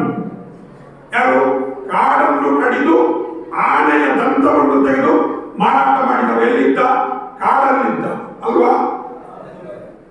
ಸತ್ಯಹರಿಶ್ಚಂದ್ರ ಎಂಬ ಕಥೆಯಲ್ಲಿ ನೋಡಿ, ಅಲ್ಲಿ ರೋಹಿನಾಥ ಎಂಬ ಚಂದ್ರಮತಿಯು ಆ ಸತ್ಯಹರಿಶ್ಚಂದ್ರ ಮಗ ಅಲ್ಲಿ ಕಾಡಿಗೆ ಹೋಗಿ ಕಟ್ಟಿಗೆ ತರುವಾಗ ಸಾಯ್ತಾನೆ. ಕಾಡಿಗೂ ನಮ್ಮ ಸಂಸ್ಕೃತಿ ಯಾವ ರೀತಿಯ ಸಂಬಂಧ? ಆಗ ಈ ಸತ್ಯಹರಿಶ್ಚಂದ್ರ ಈ ಮಗುವಿಗೆ ಇನ್ನಾದರೂ ಉಸಿರು ಉಂಟು ಅಂತ ಹೇಳಿ ಅಲ್ಲಿ ಲಲನೆ ಮೂಗಿನ ರುಸುರ ನಲ್ಲೆಯರು ಹೊಯ್ಲ ನುಗುರರು ರಜಬಣದ ಯವಲ್ಲಾಟರು ಕೈಯ ಮಗಳು ಮಿಡುಕನ ಅಂಗರು ನೋವ ನಕ್ಷಿಯರು ಬೆಲ್ಪಂಪಾದರು ಬೆವರು. ಆ ಮಗು ಕಾಡಿನಲ್ಲಿ ಪ್ರಾಣ ಹೋಗಿತ್ತು. ಆ ಮಗುವಿಗೆ ಇನ್ನೂ ಕೂಡ ಶ್ವಾಸ ಉಂಟಾ ಪ್ರಾಣ ಉಂಟಾ ಅಂತ ಹೇಳಿ ವಿವಿಧ ರೀತಿಯಲ್ಲಿ ಇಲ್ಲಿ ಕಾಡಿನಲ್ಲಿ ಆ ಕಾಲದಿಂದಲೂ ಮನುಷ್ಯನಿಗೂ ಕಾಡಿಗೂ ಮನುಷ್ಯನಿಗೂ ಸಸ್ಯಕ್ಕೂ ಈಗಾಗಲೇ ಮೈತ್ರಿ ಸಾಹೇಬರು ಹೇಳ್ತಾರೆ ಆಮ್ಲಜನಕವನ್ನು ಉತ್ಪಾದನೆ ಮಾಡುತ್ತದೆ. ಇಂಗಾಲದ ಡೈಆಕ್ಸೈಡ್ ಅಲ್ಲ ಆಮ್ಲಜನಕ, ಇಲ್ಲದ್ರೆ ಇಂಗಾಲದ ಡೈಆಕ್ಸೈಡ್ ಹೆಚ್ಚಾಗುತ್ತದೆ. ಅಂತಹ ಸಸ್ಯವರ್ಗದೊಂದಿಗೆ ನಮ್ಮ ಹಿರಿಯರಿಗೆ ಪರಸ್ಪರ ಸಂಪರ್ಕ ಇತ್ತು. ಶ್ರೀರಾಮನು ಕಾಡಿಗೆ ಹೋಗ್ತಾನೆ, 14 ವರ್ಷ ವನವಾಸ, ಕಾಡಿಗೂ ನಮಗೂ ಸಂಬಂಧ. ಹೀಗೆ ಬುದ್ಧ ಏನ್ ಮಾಡುತ್ತಾನೆ, ಜಗವೆಲ್ಲ ಮಲಗಿರೋಳು ನೀನೊಬ್ಬಳಿದ್ದೆ ಅಂತೇಳಿ ಬುದ್ಧನು ಅಲ್ಲಿ ಬೋಧಿ ವೃಕ್ಷದ ಕೆಳಗೆ ಅವನಿಗೆ ಜ್ಞಾನೋದಯವಾಗುತ್ತದೆ. ಇದು ನಮಗೂ ನಮ್ಮ ಹಿರಿಯರಿಗೂ ವೃಕ್ಷಕ್ಕೂ ಕಾಡಿಗೂ ಒಣಕ್ಕೂ ಇರುವಂತಹ ಸಂದರ್ಭ. ಕುವೆಂಪು ನಾಡಗೀತೆಯಲ್ಲಿ ಜೈ ಭಾರತ ಜನನೀಯ ಜತನು ಜಾತೆ, ಜಯ ಹೇ ಕರ್ನಾಟಕ ಮಾತೆ, ಜೈ ಸುಂದರ ನದಿ ಒಣಗಳ ನಾಡೆ ಅಲ್ವಾ? ಕರೆಕ್ಟ್. ಜೈ ಸುಂದರ ನದಿ ಒಣಗಳ ನಾಡೆ. ಅದೆಲ್ಲ ಬಿಡಿ, ನಿಮ್ಮ ವಿರಾಟ್ ಕೊಹ್ಲಿ ಆಡ್ತಾರಲ್ಲ ಬ್ಯಾಟ್ ಅಲ್ಲಿ, ನೀವು ಹೇಳ್ತೀರಲ್ಲ ಅವ ಫಾರ್ಮ್ ಅಲ್ಲಿ ಇದ್ದಾನೆ ಇಲ್ಲ ಅಂತ. ಅವಳು ಕೂಡ ಆಡುವುದು ಈ ಮರದಿಂದ ತಯಾರಿಸಿದಂತ ಬ್ಯಾಟಿನಲ್ಲಿ. ಮಕ್ಕಳೇ, ಸಿನಿಮಾ ನಟಿಯರು ನಟ ಮತ್ತು ನಟಿ ಒಂದು ಹಾಡುವಾಗಿ ಕುಣಿಯುವಾಗ ಅಲ್ಲಿ ಕೂಡ ಆ ಮೆರುಗನ್ನು ಕೊಡಲಿಕ್ಕೆ ಅಲ್ಲಿ ಒಂದು ಸಸ್ಯವೋ, ಒಂದು ತೋಟವೋ, ಒಂದು ಗಾರ್ಡನೋ, ಒಂದು ಬೀಚೋ, ಹೀಗೆ ಮನುಷ್ಯ ಜೀವನದಲ್ಲಿ ವೃಕ್ಷಗಳು. ಅದು ಕೂಡ ನಮ್ಮ ಕರ್ನಾಟಕಕ್ಕೆ ಗಂಧದ ನಾಡು ಅಂತ ಹೇಳುತ್ತಾರೆ. ಇಡೀ ದೇಶದಲ್ಲಿ ಅತ್ಯಂತ ಹೆಚ್ಚು ಬೆಳೆಯುವಂತಹ ಗಂಧ ನಮ್ಮ ಕರ್ನಾಟಕದಲ್ಲಿ ಸಸ್ಯಗಳ ರಾಶಿಯಲ್ಲೇ ಇದೆ. ಅದೇ ರೀತಿ ಬೀಟಿ, ತೇಗ, ಹೊನ್ನ, ಮತ್ತಿ ಮರ, ಇವತ್ತು ನೆಟ್ಟಂತಹ ಪೇರಳೆ, ಮಾವು, ಹಲಸು, ಇದೆಲ್ಲವೂ ನಮಗೆ ಪ್ರಕೃತಿಯಿಂದ ಸಿಗುವಂತಹ ಉತ್ತಮ ಗುಣಮಟ್ಟದ ಔಷಧಗಳು. ನಾನು ಶಾರದಾ ಕ್ಲಿನಿಕ್ ಅಲ್ಲಿ ರೋಗಿಯಾಗಿ ಕೆಲವು ಸಂದರ್ಭದಲ್ಲಿ ಅಲ್ಲಿ ಅಡ್ಮಿಟ್ ಆದಾಗ ನಮ್ಮ ಸಸ್ಯ ಉತ್ಪತ್ತಿಯ ಆ ಔಷಧಗಳನ್ನ ತೆಗೆಯಲು ರಷ್ಯಾದಿಂದ ಸುಮಾರು 30 ಮಂದಿ ಈ ಉಲ್ಲಾರಕ್ಕೆ ಆಗಮಿಸಿ ಆ ಸಸ್ಯಗಳಿಂದ ಬೇಕಾದಂತಹ ಔಷಧಗಳನ್ನು ತೆಗೆಯಲು ನಮ್ಮ ಇಲ್ಲಿ ಆಯುಷ್ ಡಿಪಾರ್ಟ್ಮೆಂಟ್ ಅಂತ ನಮ್ಮಲ್ಲಿ ಆರೋಗ್ಯ ಇಲಾಖೆಯಲ್ಲಿ ಇದರಲ್ಲಿರುವಂತಹ ಎಲ್ಲ ಔಷಧಗಳು ಸಸ್ಯದಿಂದ ಬರುವಂತಹದ್ದು. ಜಾನ್ ಬಸ್ತಿ ಇರಬಹುದು, ಕಟ್ಟಿ ಬಸ್ತಿ ಇರಬಹುದು, ಆಯುರ್ವೇದಿಕ್ ಶಬ್ದಗಳು, ಮಾತೃಬಸ್ತಿ ಇರಬಹುದು, ಪಿಂಡಶ್ಯತೆ ಇರಬಹುದು, ಚೂರ್ಣ ಪಿಂಡಶ್ಯತೆ ಇರಬಹುದು. ಹೀಗೆ ಆಯುರ್ವೇದಿಗಳ ಎಲ್ಲ ಅಂಶಗಳು ನಮ್ಮ ಹಿರಿಯರು ನಮಗೆ ಕೊಟ್ಟಂತಹ ಚರಕ ಸಂಸ್ಕೃತಿ ಆಯುರ್ವೇದ. ಇದಕ್ಕೆ ವಿದೇಶಗಳಲ್ಲಿ ಬಹಳಷ್ಟು ಬೇಡಿಕೆ ಉಂಟು. ನಮಗೆ ಗೊತ್ತಿಲ್ಲ, ನಾವೆಲ್ಲ ಇಂಗ್ಲಿಷ್ ಬಗ್ಗೆ ಓಡುತ್ತೇವೆ. ಅದಕ್ಕಿಂತಲೂ ಪರಿಣಾಮ ನಾನು ನೋಡಿದ್ದು ರಷ್ಯಾದ 30 ಮಂದಿ ಇದೇ ಶಾರದಾ ಕ್ಲಿನಿಕ್ ಅಲ್ಪಾಡಿಯಲ್ಲಿ ನಾನು ಕಂಡು ನನಗೆ ತುಂಬಾ ಸಂತೋಷವಾಯಿತು. ನಾನು ಅವರ ಹತ್ರ ಇಂಟರ್ವ್ಯೂ ಮಾಡಿದ್ದೇನೆ. ಏನು ಅವರು ಇಲ್ಲಿಯ ನರ್ಸ್ಗಳಿಗೆ ಒಂದು ಮೊಬೈಲ್ ಕೊಟ್ಟಿದ್ದಾರೆ. ಆ ಮೊಬೈಲ್ ನಲ್ಲಿ ಟ್ರಾನ್ಸ್ಲೇಷನ್ ರಷ್ಯನ್ ಲ್ಯಾಂಗ್ವೇಜ್ ಸ್ವಿಚ್ ಆಗಿದ ಕೂಡಲೇ ಅವರ ಮಾತು ಇಂಗ್ಲಿಷ್ಗೆ ಟ್ರಾನ್ಸ್ಲೇಷನ್ ಆಗುತ್ತದೆ. ಇದು ನಮ್ಮ ದೇಶದಲ್ಲಿ ನಮ್ಮ ಊರಿನಲ್ಲಿ ಇರತಕ್ಕಂಥ ಅರಣ್ಯ ಸಂಪತ್ತು. ಆದರೆ ಇವತ್ತಿನ ವಾರ್ತಾ ಭಾರತಿ ಓದಿದ್ದವರು ಯಾರಾದ್ರೂ ಇದ್ದಾರಾ ಪ್ರೇಕ್ಷಕ ವಿದ್ಯಾರ್ಥಿಗಳಲ್ಲಿ? ಇಲ್ಲ. ಇವತ್ತಿನ ವಾರ್ತಾ ಭಾರತಿಯಲ್ಲಿ ಕಸ್ತೂರಿ ರಂಗನ್ ವರದಿ ಅಂತ ಉಂಟು. ಪಶ್ಚಿಮ ಘಟ್ಟ ಉಳಿಯಬೇಕು ಬೇಡ ಚರ್ಚೆ ಶುರುವಾಗಿದೆ ಇವತ್ತು. ಅದರಲ್ಲಿ ಇಡೀ ಅರಣ್ಯವನ್ನು ಹೇಗೆ ಉಳಿಸಬೇಕು, ಯಾಕೆ ಉಳಿಸಬಾರದು, ಎಲ್ಲಿ ಜನರನ್ನು ಉಪಯೋಗ ಆಗುತ್ತಾ ಉಂಟು ಅಂತೇಳಿ ಒಂದು ದೀರ್ಘ ಚರಿತ್ರೆ ಉಂಟು. ಆದ್ದರಿಂದ ನಾನು ಅನೇಕ ವಿಷಯಗಳನ್ನು ನಮ್ಮ ಪೂರ್ವಜರು ಈ ಸಸ್ಯದೊಟ್ಟಿಗೆ, ಈ ಒಂದು ಮರದೊಟ್ಟಿಗೆ ಹೇಗೆ ಬೆಳೆದು ಬಂದಿದ್ದಾರೆ ಅಂತ ವಿದ್ಯಾರ್ಥಿಗಳೇ, ನಾನು ಭಾರತೀಯ ಸ್ಕೂಲಿನಲ್ಲಿದ್ದಾಗ ಅಲ್ಲಿಯ ವರ್ಕ್ ಎಕ್ಸ್ಪೀರಿಯನ್ಸ್ ಎಂಬ ಮಾಸ್ಟರು ನಮ್ಮಿಂದ ಬೆಂಡೆಕಾಯಿ ಟೊಮೆಟೊ ಗಿಡವನ್ನು ಬಿಟ್ಟದ್ದು ನನಗೆ ಈಗಲೂ ನೆನಪುಂಟು. ಇವತ್ತು ಪ್ರಿನ್ಸಿಪಾಲ್ ಮಾಡಿದ ಕಾರ್ಯ ನಾಳೆ ನಿಮ್ಮ ಜೀವನದಲ್ಲಿ ಎಲ್ಲಿಯಾದರೂ ಹೀಗೆ ವೇದಿಕೆ ಸಿಕ್ಕಿದರೆ ನಿಮ್ಮ ಜೀವನದಲ್ಲಿ ಅದು ನೆನಪಾಗಬೇಕು. ಈಗ ಈ ನಿಮ್ಮನ್ನು ಯಾಕೆ ಬಳಸಿಕೊಳ್ತಾಳೆ ಅಂತ ಹೇಳಿದ್ರೆ, ನಿಮ್ಮ ತಲೆಯಲ್ಲಿ ಈ ಮರ ನಟ್ಟದ್ದು, ಮರದ ಅವಶ್ಯಕತೆ ಅದು ನೆನಪಿರಲಿಕ್ಕೋಸ್ಕರ ಇದನ್ನು ಪ್ರಾಕ್ಟಿಕಲ್ ಆಗಿ, ಇಲ್ಲದಿದ್ದರೆ ಈ ಕೋಣೆಯಲ್ಲಿ ನಿಮಗೆ ತೋರಿಸಬಹುದು. ಆದ್ದರಿಂದ ಇವತ್ತು ಬಹಳ ಒಂದು ಸೂತ್ರ, ಹೆಚ್ಚು ಸಮಯ ಇಲ್ಲ, ಭಾಷಣ ಮಾಡಿದರೆ ಎಲ್ಲರಿಗೂ ಹೋಗುತ್ತದೆ. I do not want to waste my time. ಆದ್ದರಿಂದ ಬಂಧುಗಳೇ, ವಿದ್ಯಾರ್ಥಿಗಳೇ, ಪ್ರೀತಿಯ ವಿದ್ಯಾರ್ಥಿಗಳೇ, ಟುಡೇಸ್ ಸ್ಟೂಡೆಂಟ್ ಟುಮಾರೋಸ್ ಲೀಡರ್ಸ್. ನೀವು ಈ ಟಿಪ್ಪು ಸುಲ್ತಾನ್ ಮೈಸೂರಿನ ಹುಲಿ ಅಂತಹ ಒಂದು ಕಾಲೇಜಿನಲ್ಲಿ ಕಲಿಯುವಂತಹ ವಿದ್ಯಾರ್ಥಿಗಳು ಮುಂದೆ ಇಂಜಿನಿಯರ್, ಡಾಕ್ಟರ್, ಕಲ್ಪನಾ ಚಾವ್ಲಾ ನಿಮಗೆ ಸುತ್ತುಂಟಲ್ಲ, ಅದೇ ರೀತಿ ವಿಜ್ಞಾನಿಯಾಗಬೇಕು. ಕೊಲಂಬಿಯಾ ನೌಕೆಯಲ್ಲಿ ಸುಟ್ಟು ಹೋದಂತಹ ಕಲ್ಪನಾ ಚಾವ್ಲಾ, ಅಮೆರಿಕಾದ ಜಾರ್ಜ್ ಬುಷ್ ಕೂಡ ಹೋಗಿದ್ದಾರೆ. ಕಲ್ಪನಾ ಚಾವ್ಲಾ ರಾಕೆಟ್ ಅನ್ನು ಸಿಡಿದಿದ್ದಾಗ ವಿಜ್ಞಾನಿಯನ್ನು ಕಲ್ಕೊಂಡವಲ್ಲ ಅಂತ ಹೇಳಿಕೊಂಡು. ಆದ್ದರಿಂದ ವಿದ್ಯಾರ್ಥಿಗಳೇ, ನೀವು ಅಂತಹ ವಿಜ್ಞಾನಿಗಳಾಗಿ ನಮ್ಮ ಈ ಶಾಲೆಗೆ ಒಳ್ಳೆಯ ಕೀರ್ತಿಯನ್ನು ತಂದರೆ ಇಟ್ ಈಸ್ ವೆರಿ ಗ್ರೇಟ್. ನಾನು ನಿಮಗೆ 1000 ಸಲ್ಯೂಟ್ಗಳನ್ನು ಹೊಡೆಯಲಿಕ್ಕೆ ಇಚ್ಛಪಡುತ್ತಾ ಇದ್ದೇನೆ ಬಂದು. ಆದ್ದರಿಂದ ನನ್ನನ್ನು ಇಲ್ಲಿ ಕರೆದು ಮಾತಾಡಲಿಕ್ಕೆ ಯಾರು ಹೇಳಿದ್ದಾರೋ ನನ್ನ ಹೆಸರು ನನಗೆ ಗೊತ್ತಿಲ್ಲ. ಹಾಜಿ ಯುಕೆ ಇಬ್ರಾಹಿಂ ಸಾಹೇಬರಿರುವಾಗ ಅವರನ್ನು ಮರೆಯಲಿಕ್ಕೆ ಆಗುವುದಿಲ್ಲ. ಉಲ್ಲಾಸದಲ್ಲಿ ಮದರಿ ಶಾಲೆಗಳಲ್ಲಿ ಮೇನ್ ರೂವಾರಿಯೇ ಹಾಜಿ ಯುಕೆ ಇಬ್ರಾಹಿಂ ಸಾಹೇಬ್. ಅವರ ಹೆಸರು ಈಗ ಸ್ವಲ್ಪ ವಿಳಂಬ, ನಮ್ಮ ಅಧ್ಯಕ್ಷರು ಹೇಳ್ತಾರೆ ಅವರ ಹೆಸರು. ಇವರ ಹಿಂದಿನ ಅಧ್ಯಕ್ಷರು ಬಹಳ ಒಳ್ಳೆಯವರು, ಅವರ ಹೆಸರನ್ನು ಸ್ವಲ್ಪ ಕೇಳ್ಕೊಳ್ಬೇಕು. ಆದ್ದರಿಂದ ಅವರನ್ನು ಕೂಡ ಈ ಒಂದು ಸಂದರ್ಭದಲ್ಲಿ ನೆನಪಿಸಿ, ನಮ್ಮೂರ ಕಡಲಿನ ಸೂರ್ಯಾಸ್ತ ಚಂದ, ನಮ್ಮೂರ ಕಡಲಿನ ಬಂಡೆ ಮೀನ್ ಚಂದ, ಕತ್ಲಾದ ಮೇಲೆ ಕೂತ್ಕೊಂಡು ಕೊಲಿಯುವುದು ಚಂದ, ಈ ಊರು ಹೊಳೆನೀರು ಆಕಾಶ ಚಂದ, ನಮ್ಮೂರೇ ಚಂದ, ನಮ್ಮೂರೇ ಅಂದ, ನಮ್ಮ ಈ ಶಾಲೆಗೆ ನಿಮ್ಮಂತ ವಿದ್ಯಾರ್ಥಿಗಳು ಚಂದ ಅಂತ ಹೇಳಿ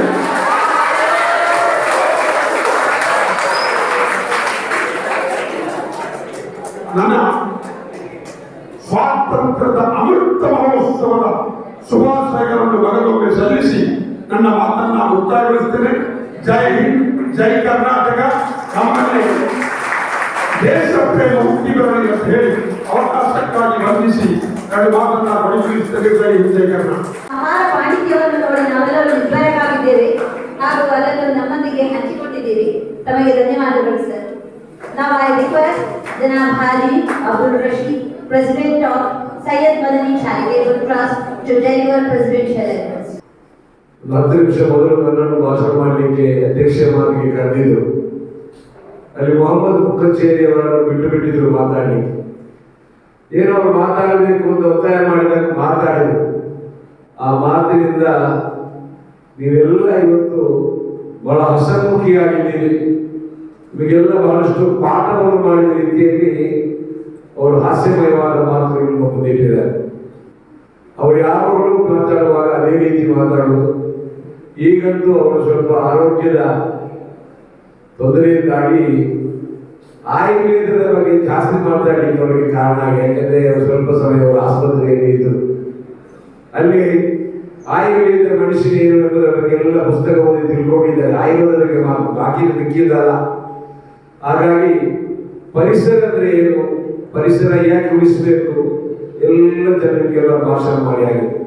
ಪ್ರವಾದಿ ಮೊಹಮ್ಮದ್ ಸಲ್ಲಲ್ಲಾಹು ಅಲೈಹಿ ವಸಲ್ಲಂ ಕೂಡ ನಮಗೆ ಹೇಳಿದ್ದೇವೆ ಅಂತ ಹೇಳಿದ್ರೆ, ನಾಳೆ ದಿನ ಕಿಯಾಮತ್ ಆಗುತ್ತೆ, ಅಂತ್ಯ ದಿನವಾಗುತ್ತೆ ಎಂದು ಗೊತ್ತಿದ್ರೂ ಕೂಡ ಇವತ್ತು ನೀನು ಒಂದು ಗಿಡವನ್ನು ನೆಡಬೇಕು ಅಂತೇಳಿ 1400 ವರ್ಷಗಳ ಹಿಂದೆ ನಮ್ಮ ಪ್ರವಾದಿಗಳು ನಮಗೆ ತಿಳಿಸಿದ್ದಾರೆ.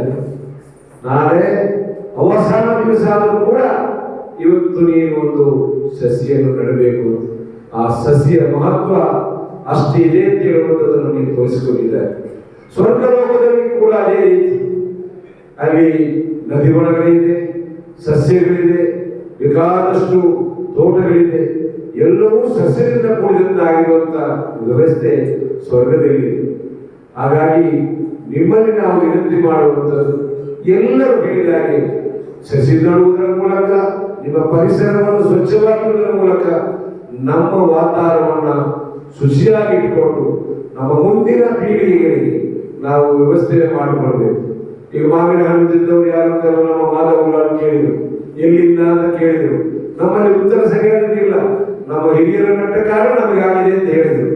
ಆ ರೀತಿ ನೀವು ನಿಟ್ಟ ಗಿಡಗಳಿಂದ ನಿಮಗೂ ಸಿಗಬೇಕು, ಮುಂದಿನ ತಲೆಮಾರಿಗೂ ಅದರ ಫಲ ಸಿಗಬೇಕು. ಎಲ್ಲಿವರೆಗೆ ಅಂತ ಹೇಳಿದರೆ ಆ ಮರದಲ್ಲಿ ಉತ್ಪತ್ತಿಯಾದಂತಹ ಹೂವುಗಳು ಕಾಯಿಗಳು ಏನಿದ್ರು ನೀವು ತಿನ್ನದಿದ್ರು, ಇನ್ನೊಬ್ಬ ಕದ್ದು ತಿಂದರು ಅಥವಾ ಹಕ್ಕಿಗಳು ತಿಂದರೂ ಕೂಡ, ಪ್ರಾಣಿಗಳು ತಿಂದರೂ ಕೂಡ ದಾನ ಧರ್ಮದ ಫಲ ಅದಕ್ಕೆ ಇದೆ ಅಂತ ಹೇಳಿ ಕುರಾನ್ನಲ್ಲಿ ತಿಳಿಸಿದೆ. ನಮ್ಮ ಮರದಿಂದ ಯಾರಾದರೂ ಮಾವಿನ ಕಣ್ಣಿಗೆ ಕಾಲು ಹೊಡೆದು ತೆಗೆದ್ರೆ ನಾವು ಬೈಬೇಕು. ಯಾಕಂದ್ರೆ ಕೇಳದೆ ತೆಗೆದಿದೆ ತಿನ್ನುವುದು ಕೂಡ ಹರಾಮಾಗಿದೆ. ಆದರೆ ಒಬ್ಬ ಬುದ್ಧಿ ಇಲ್ಲದೆ, ಶಿಕ್ಷೆ ಇಲ್ಲದೆ, ತಿಂದಾಗದೆ ಕಾಕುವ ಆ ತಿಂದರೂ ಕೂಡ, ನೀವು ದಾನ ಮಾಡಿದ್ರು ಅವ್ನು ಕದ್ದು ತಿಂದರೂ ಕೂಡ ಆ ನೆಟ್ಟ ಮರದ ವಾರಸುದಾರನಿಗೆ ದಾನ ನೀಡಿದ ಫಲ ಇದೆ. ಅದೇ ರೀತಿ ಮೂಕ ಪ್ರಾಣಿಗಳು ತಿಂದರೂ ಕೂಡ ಅದರ ಪ್ರಯೋಜನ ನಮಗಿದೆ. ಹಾಗಾಗಿ ನಾನು ಉದ್ದ ಮಾತಾಡುವುದಿಲ್ಲ, ಗಂಟೆ 12 ಆಯಿತು. ಮಾತಾಡುವವರು ಬೇಕಾದಷ್ಟು ಹೇಳಿಕೊಟ್ಟಿದ್ದಾರೆ. ನನ್ನ ಒಂದು ಸೈಲೆಂಟ್ ಭಾಷಣ ನನಗೆ ಕೇಳಿ ಅಷ್ಟೊಂದು ಬೋರಣ ಆಗ್ತದೆ. ನಾನು ನಿಮ್ಮಲ್ಲಿ ವಿಜ್ಞಾಪನೆ ಮಾಡುವುದು, ಇವತ್ತು 50 ಗಿಡ ನೆಡುವಂತ ವ್ಯವಸ್ಥೆ ಮಾಡಿದ್ದೇನೆ. ಇಲ್ಲಿರುವಂತ ಪ್ರತಿಯೊಬ್ಬ ವಿದ್ಯಾರ್ಥಿ ಒಂದೊಂದು ಗಿಡವನ್ನು ನಾನು ನೋಡಿಕೊಳ್ತೇನೆ ಅಂತ ಹೇಳಿಕೊಂಡು ಆ ಸಂಪೂರ್ಣ ಗಿಡವನ್ನು ಇವತ್ತು ನೆಟ್ಟು ಅದಕ್ಕೆ ನೆಟ್ಟಲ್ಲಿ ಹಾಕಿ ವ್ಯವಸ್ಥೆಗೊಳಿಸಿ ನೀವು ಹೋಗಬೇಕು.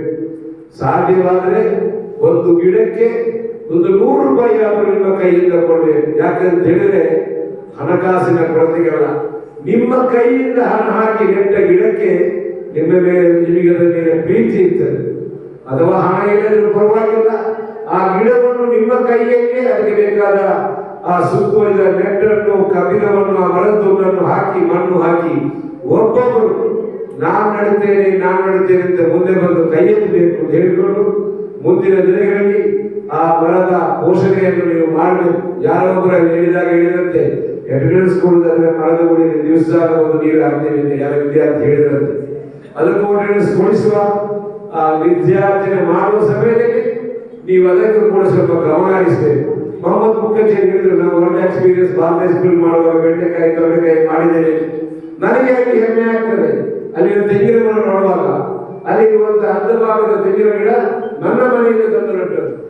ಈಗ ಅಲ್ಲಿ ಕಾಣುವಾಗ ಖುಷಿ ಆಗ್ತಾ ಇದೆ, ನಾನು ನೆಟ್ಟ ಗಿಡ ಅಲ್ಲಿ ತೆಂಗಿನಕಾಯಿ ಆಗ್ತಾ ಹೋಗ್ತದೆ. ಮಾಧವ ಹೇಳಿದ್ರು, ಉಳ್ಳಾಗಡ್ಡಿ ನಡೆದ ಗಿಡ ಅದು ನಾನು ನೆಡಲಿ ಯಾರು ನೆಡಲಿ, ಆ ಸಾಲು ಮರವನ್ನು ನಡುವಾಗ ಮನಸ್ಸಿಗಾಗುವಂತಹ ಒಂದು ಸಂತೋಷ ಎಷ್ಟು ನಾವು ಮೈಸೂರು ಬೆಂಗಳೂರಲ್ಲಿ ಮಾತ್ರ ಕಾಣ್ತಾ ಇದ್ದೇವೆ. ಮತ್ತೊಂದು ಪ್ರದೇಶ ಇದೆ ಉದಾಹರಣೆ, ನಾವು ಯಾರು ನಟ್ಟದಲ್ಲ, ಅದು ಫಾರೆಸ್ಟ್ ಇಲಾಖೆ ನಟ್ಟದ್ದು. ಎಲ್ಲಿ ಬಿರ್ಲಾದಿಂದ ಮುಖಸೇರಿ ಮಸೀದೆ ಎಂದು ಹೇಳಿದು ಸಮರ್ಸೆಟ್ ಭಾಗದಲ್ಲಿ ನಾವು ಬೆಂಗಳೂರಿನ ಒಂದು ಭಾಗದಲ್ಲಿ ಇದ್ದೀವಿ ಅಂತ ಹೇಳುವಂತ ವಾತಾವರಣ ಕಾಣುತ್ತೆ. ಹಾಗಾಗಿ 2003ರಲ್ಲಿ ಆ ಗಿಡಗಳ ಮಧ್ಯೆ ಹೋಗುವಾಗ ಯಾವ ತಪ್ಪು, ಆ ರೀತಿಯಲ್ಲಿ ನಮಗೆ ಒಂದು ವ್ಯವಸ್ಥೆ ಮಾಡಲಿಕ್ಕೆ ನೀವೆಲ್ಲ ವಿದ್ಯಾರ್ಥಿಗಳು ಕಟ್ಟಿಬದ್ಧರಾಗಬೇಕು ಅಂತ ಹೇಳಿಕೊಂಡು, ಪರಿಸರದ ಪ್ರೇಮ ನಮ್ಮಲ್ಲಿ ಯಾವತ್ತೂ ಬೇಕು. ಪರಿಸರದ ಪ್ರೇಮ ಉಳಿಸುವಂಥದ್ದು ಈಮಾನ್ನ ಒಂದು ಭಾಗವಾಗಿದೆ. ಹಾಗಾಗಿ ನೀವೆಲ್ಲ ಈ ಒಂದು ಕಾರ್ಯಕ್ಕೆ ಕೈ ಜೋಡಿಸಬೇಕು ಅಂತ ಕೇಳಿಕೊಂಡು, ನಿಮ್ಮ ಮುಂದಿನ ದಿನಗಳ ವಿದ್ಯಾಭ್ಯಾಸ ಒಂದು ಉತ್ತಮವಾದ ನೆಲೆದು ಈ ನಾಡಿನ ಉತ್ತಮ ಪ್ರಜೆಗಳಾಗಿ ಬಾಳಲಿಕ್ಕೆ ಅಲ್ಲಾಹು ಅನುಭವಿಸುತ್ತಿರುವ ಪ್ರಾರ್ಥನೆಯಲ್ಲಿ ಈ ಕಾರ್ಯಕ್ರಮಕ್ಕೆ ಬಂದು ಸಹಕರಿಸಿದ ಎಲ್ಲರಿಗೂ ನನ್ನ ಸ್ವಂತ ವತಿಯಿಂದ, ನನ್ನ ಟ್ರಸ್ಟ್ ವತಿಯಿಂದ ಅಭಿನಂದನೆಗಳು ಸಲ್ಲಿಸಿ ನನ್ನ ಮಾತನ್ನು ಮುಗಿಸ್ತೇನೆ. ಜೈ ಹಿಂದ್, ಜೈ ಕರ್ನಾಟಕ. ಕಾರ್ಯಕ್ರಮಕ್ಕೆ ಸ್ವಾಗತಿಸಿದ್ದಾರೆ ಈಗಾಗಲೇ. ಆದ್ರೆ ನಾವು ಅವರನ್ನ ಬಂದವರನ್ನ ಬಹಳ ಪ್ರೀತಿಯಿಂದ ಸ್ಮರಣಿಕೆಯನ್ನ ಕೊಟ್ಟು ಗೌರವಿಸುವುದು ನಮ್ಮ ಕರ್ತವ್ಯ ಸರ್. ಇದರ ಜೊತೆಗೆ ನಾವು ಒಂದು ಸಣ್ಣ ಪ್ರಯತ್ನ ಮಾಡ್ತಾ ಇದ್ದೇವೆ ಸರ್. ಸುಮಾರು 220 ಮಕ್ಕಳಿದ್ದಾರೆ ನಮ್ಮಲ್ಲಿ. 220 ಮಕ್ಕಳು ಕೂಡ 220 ಗಿಡಗಳನ್ನು ಬೆಳೆಸಬೇಕು ಅನ್ನೋದು ನಮ್ಮ ಉದ್ದೇಶ. ಆ ಉದ್ದೇಶಕ್ಕಾಗಿ ನಾವೆಲ್ಲ ಮಕ್ಕಳಿಗೆ ಒಂದೊಂದು ಪೆನ್ ಕೊಡ್ತಾ ಇದ್ದೇವೆ. ಆ ಪೆನ್ ಒಂದು ಸೀಡನ್ನ ಇಟ್ಕೊಂಡಿದೆ. ಸೊ ಬಹುಶಃ ಅವರ ಕೋಪದಿಂದ ಬಿಸಾಡಿದ್ರು ಒಂದು ಗಿಡ ಆಗುತ್ತೆ. ಹಾಗಾಗಿ ಅದು ಕಸ ಅಂತ ಹೇಳಿ ಬಿಸಾಡಿದ್ರು ಒಂದು ಗಿಡ ಆಗ್ತದೆ, ಅಥವಾ ಪ್ರೀತಿಯಿಂದ ಗಿಡ ಆಗಲಿ ಅಂತ ನೆಟ್ಟರು ಒಂದು ಗಿಡ ಆಗುತ್ತೆ. ಸೊ ಸೊ ಹಾಗಾಗಿ ಈ ಸಣ್ಣ ಪ್ರಯತ್ನ ನಮ್ಮದು. ಹಾಗಾಗಿ ವಿದ್ಯಾರ್ಥಿಗಳನ್ನು ನಾನು ಹೇಳೋದಷ್ಟೇ, ಅದನ್ನು ಸರಿಯಾಗಿ ಬಳಕೆ ಮಾಡಿ, ಅದರಿಂದ ಎಲ್ಲರೂ ಒಂದೊಂದು ಗಿಡ ನಡಿ. ಬಹುಶಃ ಅದರಲ್ಲಿ 2-3 ಬಗೆಯ ಬೀಜಗಳು ಇದ್ದಾವೆ ಕೆಲವೊಂದು ಬೆನ್ನಲ್ಲಿ. ಆಮೇಲೆ ಈ ಪ್ರಯತ್ನಕ್ಕೆ ಸಹಾಯ ಮಾಡಿದವರು ನನ್ನ ಒಬ್ಬ ಆತ್ಮೀಯ ಗೆಳೆಯ. ಅವರಿಗೆ ನಾನು ಹೇಳಿದ್ದೆ, ಒಂದು ಗಿಡಗಳನ್ನ ನೆಡೋ ಕಾರ್ಯಕ್ರಮ ಇದೆ, ಅದಕ್ಕೆ ನೀವು ಮೆಶ್ ಹಾಕ್ಲಿಕ್ಕೆ ಹೆಲ್ಪ್ ಮಾಡಬೇಕು ಅಂತ. ಅದಕ್ಕೆ ಅವ್ರು ಹೇಳಿದ್ರು, ಮೆಶ್ ಯಾರು ಬೇಕಾದ್ರೂ ಹಾಕಿಸ್ಬೋದು, ಆದ್ರೆ ಗಿಡಗಳನ್ನ ಬೆಳೆಸುವಂತ ಕಾಳಜಿಯನ್ನ ಮಾಡೋದು ಬಹಳ ಮುಖ್ಯ. ಹಾಗಾಗಿ ಪೇಪರ್ ಸೀಡ್ ಅಂತ ಹೇಳಿ ಪಕ್ಷಿಕೆರೆಯಲ್ಲಿ ಒಂದು NGO ಇದೆ ಸರ್. ಅವರು ಬಹಳ ಚೆನ್ನಾಗಿ ಏನ್ ಮಾಡ್ತಾ ಇದ್ದಾರೆ ಅಂತ ಹೇಳಿದ್ರೆ, ಈ ನೇಚರ್ ರಿಲೇಟೆಡ್ ಆದಂತಹ ವಸ್ತುಗಳನ್ನ ತಯಾರು ಮಾಡ್ತಾ ಇದ್ದಾರೆ.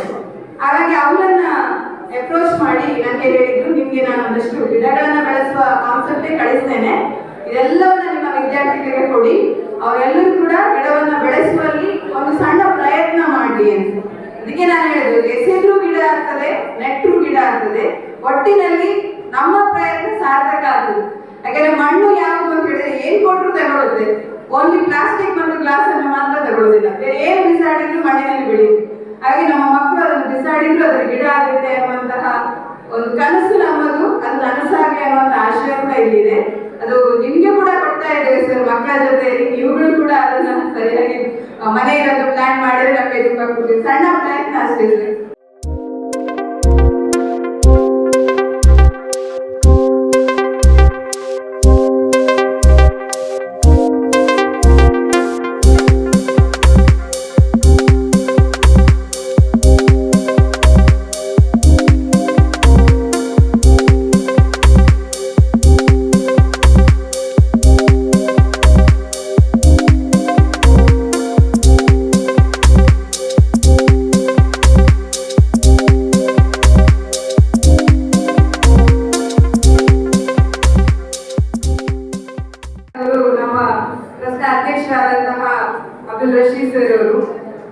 ಅವರು ಸರ್ಕಾರ ಟ್ರಸ್ಟ್ಗೆ ಬಂದ ಫಸ್ಟ್ ಟೈಮ್ ಅಲ್ಲೇ ಕೂಡ ನಾವೊಂದು ನಿಸರ್ಗದೆಡೆಗೆ ನಮ್ಮ ನಡೆ ಅಂತ ಒಂದು ಕಾರ್ಯಕ್ರಮ ಮಾಡಿದ್ವಿ. ಆಮೇಲೆ ಅದರ ಕ್ಯಾಪ್ಷನ್ ಕೂಡ ಅವತ್ತು ನಾನೇ ಮಾಡಿ ಕೊಟ್ಟಿದ್ದೆ. ಸೊ ಆಗ ಅದನ್ನು ಬಹಳ ಸೊಗಸಾಗಿ ಮಾಡಿಕೊಟ್ರು. ಅದರ ನಂತರ ಪ್ರತಿ ವರ್ಷ ಕೂಡ ನಾವು ಪರಿಸರ ದಿನಾಚರಣೆ ಮಾಡ್ತಾ ಇದ್ದೇವೆ. ಈ ಕಾರ್ಯಕ್ರಮವನ್ನ ಅವ್ರು ಮಾಡ್ಬೇಕು ಅಂತ ನಮಗೆ ನೆನಪಿಸಿದ ದಿನದಿಂದ ನಾವು ಅದಕ್ಕೆ ತಯಾರಿಯನ್ನು ಮಾಡ್ತಾ ಇದ್ದೆ. ಆದ್ರೆ ಬೇರೆ ಬೇರೆ ಕಾರಣಗಳಿಂದ ಅದು ಮುಂದೂಡಲ್ಪಡ್ತಾ ಇತ್ತು. ಆಮೇಲೆ ಈಗ ತೀರಾ ಒಂದು ಕಳೆದ ವಾರದಲ್ಲಿ ನಾವು ಒಂದು ದಿನಾಂಕವನ್ನು ನಿರ್ಧಾರ ಮಾಡಿ ಆ ಕಾರ್ಯಕ್ರಮವನ್ನು ಆಯೋಜಿಸಿದ ಮೇಲೆ ಬಹುಶಃ ಅವರು ಅದರಲ್ಲಿ ಸಕ್ರಿಯವಾಗಿ ತಮ್ಮನ್ನು ತಾವು ತೊಡಗಿಸಿಕೊಂಡಿದ್ರು. 2-3 ಸತಿ ಅವರೇ ಕ್ಯಾಂಪಸ್ಗೆ ಬಂದಿದ್ರು. ಅದು ಯಾವ ತರ ಎಲ್ಲೆಲ್ಲಿ ನಡಬೇಕು ಅನ್ನೋದ್ರ ಬಗ್ಗೆ ನಮಗೆ ಮಾಹಿತಿಗಳನ್ನು ಕೊಟ್ಟಿದ್ರು. ಸದಾಕಾಲ ನಮಗೆ ಆ ಎಲ್ಲ ರೀತಿಯ ಮಾಹಿತಿಗಳನ್ನು ಕೊಡ್ತಾ ನಮ್ಮನ್ನು ಬೆಂಬಲಿಸಿದಂತಹ ನಮ್ಮ ಸೈಯದ್ ಮದನಿ ಚಾರಿಟೇಬಲ್ ಟ್ರಸ್ಟ್ನ ಅಧ್ಯಕ್ಷರಾದಂತಹ ಅಬ್ದುಲ್ ರಶೀದ್ ಸರ್ ಅವರಿಗೆ ವಂದನೆಯನ್ನು ನಾನು ಅರ್ಪಿಸ್ತಾ ಇದ್ದೇನೆ ಸರ್. ಅದೇ ರೀತಿಯಲ್ಲಿ ನಮ್ಮ ಉಪಾಧ್ಯಕ್ಷರಾದಂತಹ ಹಾಜಿ ಇಬ್ರಾಹಿಂ ಸರ್ ಯಾವಾಗಲೂ ನಮ್ಮಲ್ಲಿ ಯಾವುದೇ ಕಾರ್ಯಕ್ರಮ ಇದ್ರೂ ಬಹುಶಃ ಅದನ್ನ ಮುತುವರ್ಜಿಯಿಂದ ನಮ್ಮ ಹತ್ರ ಬಂದು ಆ ಕಾರ್ಯಕ್ರಮದ ರೂಪರೇಷೆಯನ್ನು ನೋಡಿಕೊಳ್ಳೋರು.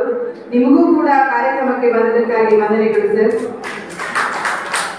ಮತ್ತು ನಮ್ಮ ಸೈಯದ್ ಮದನಿ ಚಾರಿಟೇಬಲ್ ಟ್ರಸ್ಟ್ನ ಕಾರ್ಯದರ್ಶಿಯಾದಂತಹ ಹಾಜಿ AK ಮೊಯ್ದೀನ್ ಸರ್ ಬಹಳ ಚಂದಕ್ಕೆ ನಮಗೆ ಅವರ ಒಪಿನಿಯನ್ ಅನ್ನ ಹೇಳಿದ್ರು. ಅವರಿಗೂ ಕೂಡ ಕಾರ್ಯಕ್ರಮಕ್ಕೆ ಬಂದದಕ್ಕೆ ವಂದನೆಗಳು ಸರ್.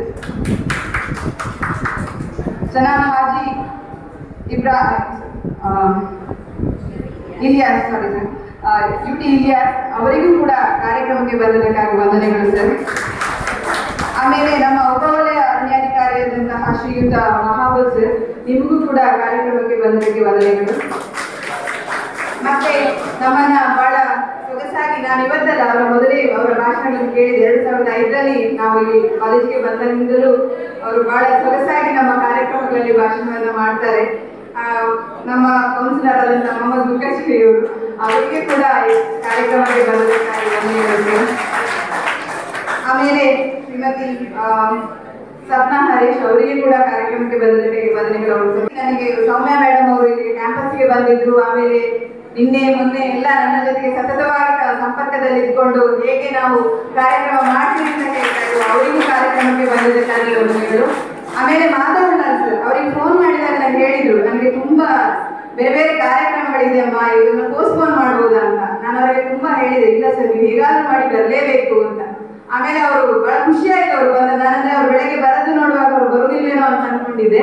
ಅಲ್ಲೂ ಅವರು ಕೂಡ ಕಾರ್ಯಕ್ರಮಕ್ಕೆ ಬಂದಿದ್ದಾರೆ. ಅವರನ್ನ ಸನ್ಮಾನಿಸುವಂತ ಒಂದು ಅವಕಾಶ ಕೂಡ ನನಗೆ ಸಿಕ್ಕಿದೆ. ಅದಕ್ಕಾಗಿ ನಾನು ನಿಜವಾಗ್ಲೂ ಆಭಾರಿ ಇದ್ದೇನೆ ಅವರಿಗೂ ಒಂದು